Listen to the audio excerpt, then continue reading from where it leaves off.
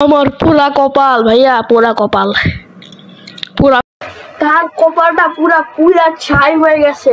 তাড়াতাড়ি একটু ঠান্ডা পানি ঢেলা দেন তো, একটু ঠান্ডা পানি ঢাললে কপাল আবার শান্ত হয়ে যাবে। Okay sir, okay sir. আহারে জীবন, আহারে জীবন। তো সান্তা ক্লজ দাদুর বয়স কত? প্রথম কমেন্ট পিন করা হবে। Okay sir.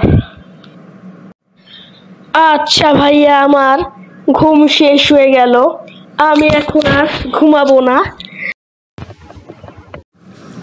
কপালের নাম গোপাল, গোপালের নাম কপাল। আরে এটা কোনো হইলো? এটা কোনো হইলো? আমার ঘুম শেষ। তা তুমি কি ঘুম থেকে উঠে গেলে এখন? নিঃসন্দেহে তুই ঠিক বলেছিস রে। এত তাড়াতাড়ি ঘুম থেকে ওঠার কি দরকারটা ছিল? একটু দেরি করে ঘুমাতে পারলে না? ওই দেরি করে কেন ঘুমাতে যাবে? প্লিজ আমাকে ক্ষমা করে দাও, প্লিজ প্লিজ আমারে ক্ষমা করে দাও প্লিজ। দেরি করে উঠলে তো ভালোই হতো, তাহলে সকালবেলার নাস্তাটা আগে আগে খাওয়া যেত। একদম সত্যি কথাটাই বলে দিয়েছেন আপনি, সাবাস। তোমার মতো বোকা এবং বড় ভাইয়া আমি জীবনেও দেখি নাই। আমি খুবই হতাশ ভাইয়া, আমি খুবই হতাশ তোমার মতো একজন বেয়াদব ভাইয়া পেয়ে। আমার পোড়া কপাল ভাইয়া, পোড়া কপাল, পোড়া কপাল। আহারে জীবন, আহারে জীবন।